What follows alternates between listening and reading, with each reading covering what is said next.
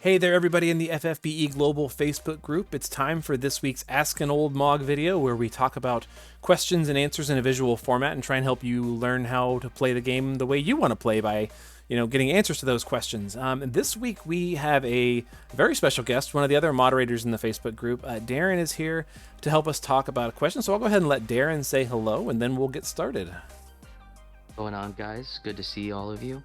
We just got done filming a wonderful video all about the state of the game. Please feel free to check it out. It's a bit of a lengthy one, but hey, for newer players, if you want to know where we started to where we are, it's not a bad place to go. It was a long, fun journey through the game, and I'm gonna pop up a tag over here.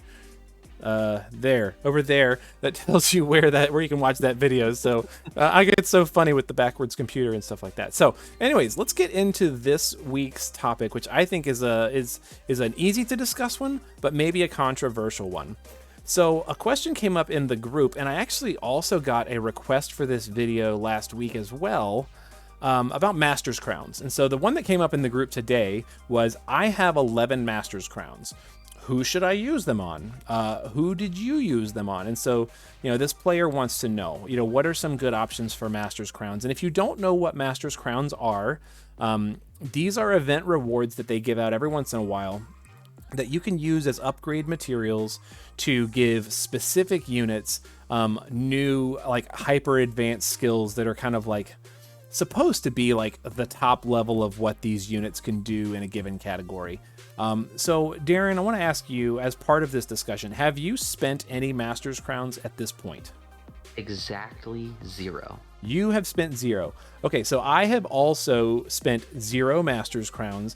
Part of that is because I'm like a resource hog, and I like to save everything until I absolutely have to spend it. So I don't like to use like unit of choice tickets unless I really need to, or like TMR Moogles, STMR Moogles unless I really need to. For that same reason, I like to just try and use my resources in a targeted way rather than just spending them willy-nilly. So for us, looks like the answer to this question is we have not used them. But then there's this middle question, right? So who should I use them on? And do you have an opinion on that? Okay, so I mean, it's a contentious topic. My answer right now is nobody. There are, off the top of my head, really 3 units that bear mentioning, potentially using them on, which we'll get to in just a minute. But pretty much the second that Global mentioned that we will have another way to use Master's Crowns and Mystery Crystals as far as crafting these, and I already forgot what they're called again. Intrinsic abilities. Intrinsic, that's the ones. Yeah. These intrinsic abilities, which are absolutely transcendental for these units. No. Okay. There's no way. If you missed a couple units, sure, but otherwise, no. Cool. So you and I definitely agree. So my answer to this, should I spend any of them on any specific units? I'm going to say none of them for now. And that is because these intrinsic abilities, like you said, they're coming and they're supposed to cost Master's Crowns to unlock. We don't know what they are yet, though. So we've only gotten 2 examples yet of these intrinsic abilities and what they can do. And I'm going to show you what they can do in just a second on units that are geared really well. And because we don't know what could be coming down the pipe,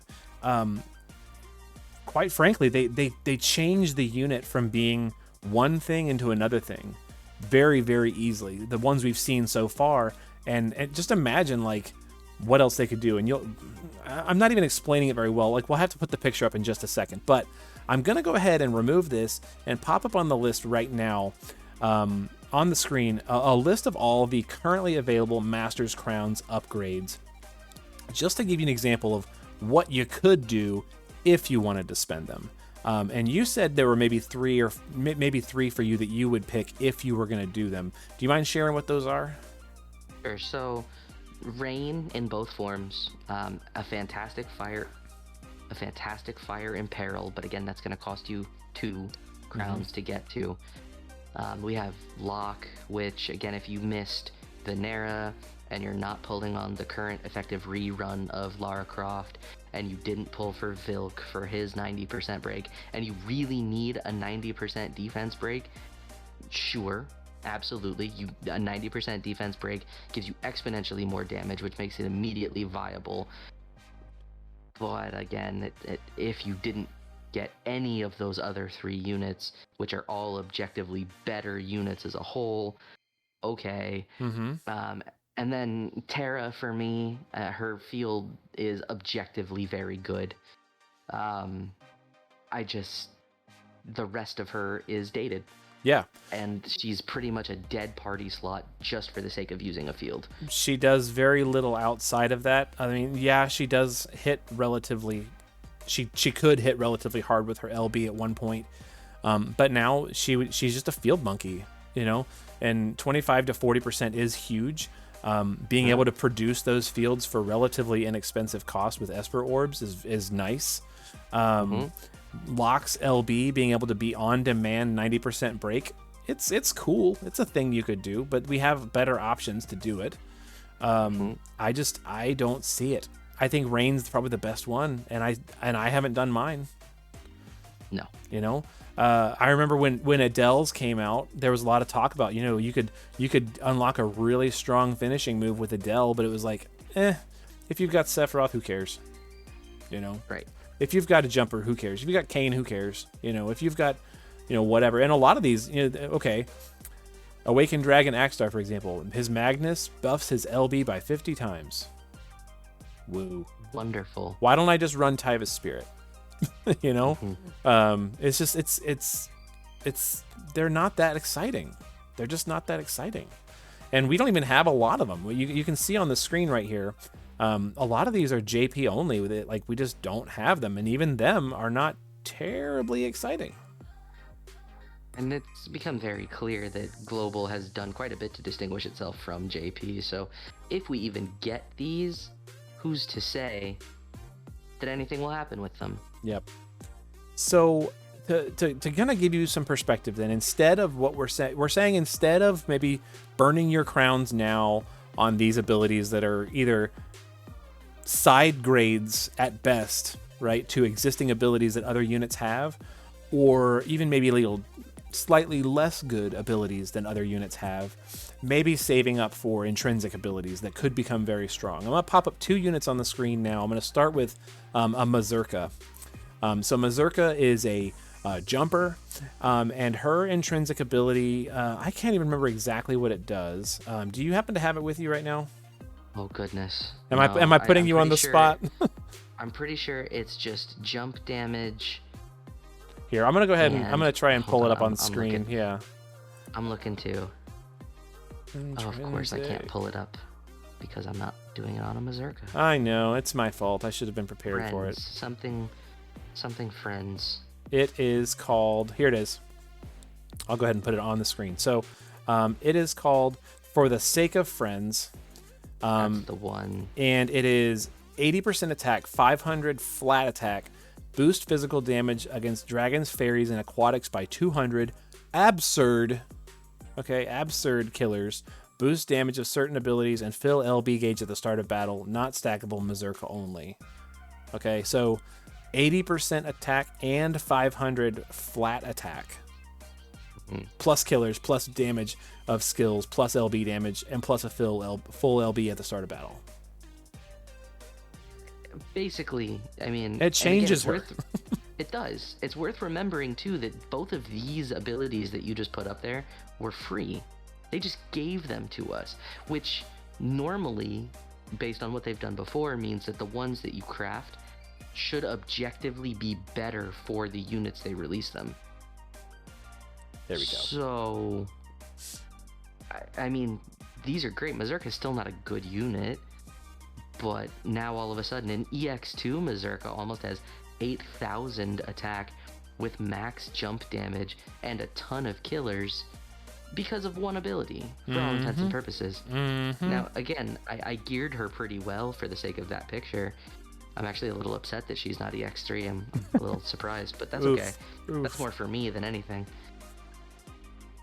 Still, she's objectively an entirely different unit. If you've ever equipped a unit with their Chronicle weapon and gotten that 500 flat attack boost, and you've seen the ability to get your, like, Tidus, for example, up to like 8,000 attack, you know the benefit of that 500 attack. It's invaluable. And this is on just one unit. The bigger one is Louise, and this is, I'm like blown away by your picture here because look at this.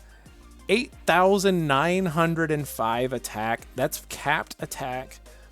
And you told me that she's got 300% LB damage in this picture, correct? She does indeed.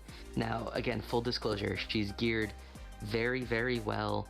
The Bahamut that she's equipped with has every single tile except for the evocation damage filled out. Clearly not the most practical build. I mean, I guess I have her pulled up. Let me look at what her killers are. And she's a wailed out Louise with she's 9,000 attack. And max LB fill, but one of those abilities is her Intrinsic. And it's immense. I mean, an 80% magic and 80% any damage stat increase is fantastic. 2,000 flat magic 2,000. My Louise is only EX plus 2, right? And like before this intrinsic ability, I was hitting like 5,000 magic, 5,300 magic on a good day. I'm now at 8,400. I just looked at it too. One ability. It adds an 80 times mod to her LB. Yes. Which in the base, non-stacked, doubles it. It's double. Yeah. We don't know, okay? We don't know what other intrinsic abilities are going to be coming out, but if it's anything like these, this is worth saving your mastery crowns for. I don't recommend you grab a 55% fire amp and a 150 imperil for the cost of 4 crowns, I think, when something like this could cost 4 crowns. I would rather have this. Hopefully not 4. That would be really steep. That would be pretty steep. But like the average player, but you know, if they're going to be this unit changing a unit from having 5,000 attack to 8,900 attack or magic, you know, like that's massive. And I mean, and for perspective, guys, these units are old. If they give Sky something like this, and you are just short of being able to make that because of a crown that you spent on lock, you're gonna be mad. I think especially too, like now that Kaito is a thing, like those 90% breaks, while they're still good, like in Clash of Wills, Kaito can do it. You know, on top of just being a phenomenal breaker for outside of Clash of Wills anyway, like. You know, there's just we just have options is all I'm saying. You know, so there it is. A 90% break on a unit is just objectively incredible. Yeah. So there it is. There's the opinion. So pop it right there. None for now because intrinsic abilities are a thing, and you know, while we don't know what they are, they could be amazing, and you don't want to miss out, I think. Agreed. It is your game. You play the way you want to play. But there's kind of a quick opinion about Masters Crowns, and I hope it's a useful one for you. So if this is helpful for you, if you've got a question that you want to see discussed in next week's video or a topic that you want to have a conversation about, you know, let me know. If you disagree with this and you think that that our opinion is wrong, you know, I'm always up for discussion about that too. So if you think otherwise, drop a comment below. If you've had success with using Masters Crowns abilities and you think that somebody should, you know, share that opinion. I want to hear it. I really do. I'm not saying my way is 100% right, but I think it's impossible to not deny that the potential change that's going to come from intrinsic abilities makes it worth at least waiting. Those Masters Crowns abilities are not going anywhere. So if you want to do it later, you can always do it later if I end up being wrong and Sky's intrinsic ability is stupid. But I have a feeling it's not going to be. And that's all I got to say about that. Do you have anything else you want to throw out there?